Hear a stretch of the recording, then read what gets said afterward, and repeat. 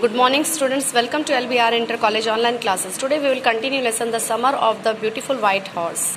I knew my cousin Murad enjoyed being alive more than anybody else who had been ever fallen into the world by mistake.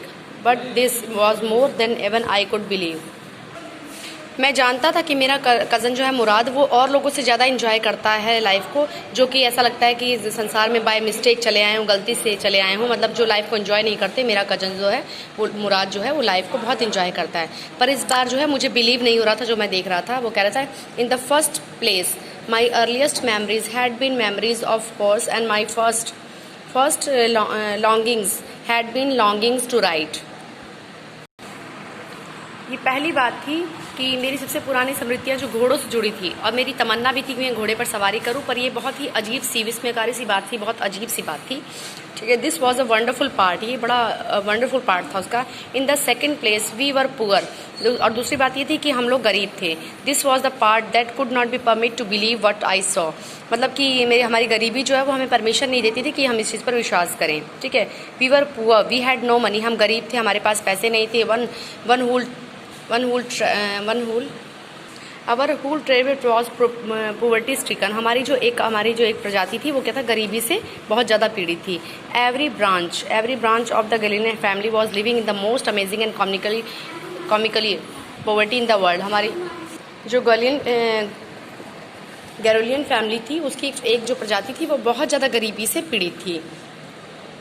Nobody could understand where we ever got money enough to keep us with food in our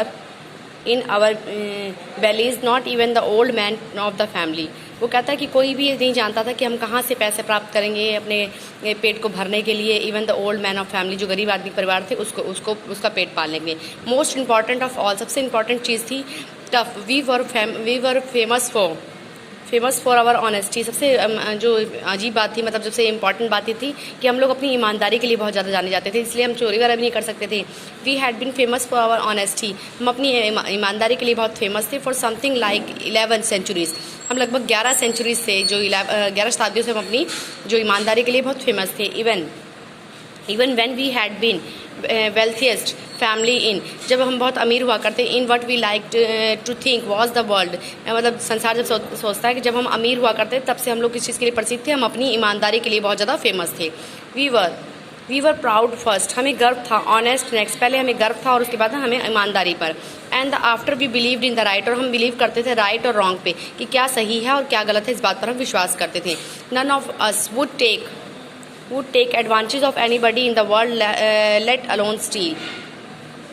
हम लोग कभी भी किसी दूसरे का फ़ायदा नहीं उठाते थे, चोरी तो बहुत दूर की बात है। मीन्स जो यहाँ पे लड़का है वो अपने बारे में बता रहा है कि उनकी फैमिली जो है वो इस समय वो बहुत गरीब हो चुके हैं, बहुत गरीब हैं, उनके पास पैसे नहीं हैं, और वो किस तरह से सर्वाइव कर रहे हैं। उनकी जो प्रजाति है गैलोलियन, वो उसमें बहुत सारे लोग जो हैं बहुत ज़्यादा गरीब हैं, उनके पास पेट भरने के लिए भी पैसा नहीं है।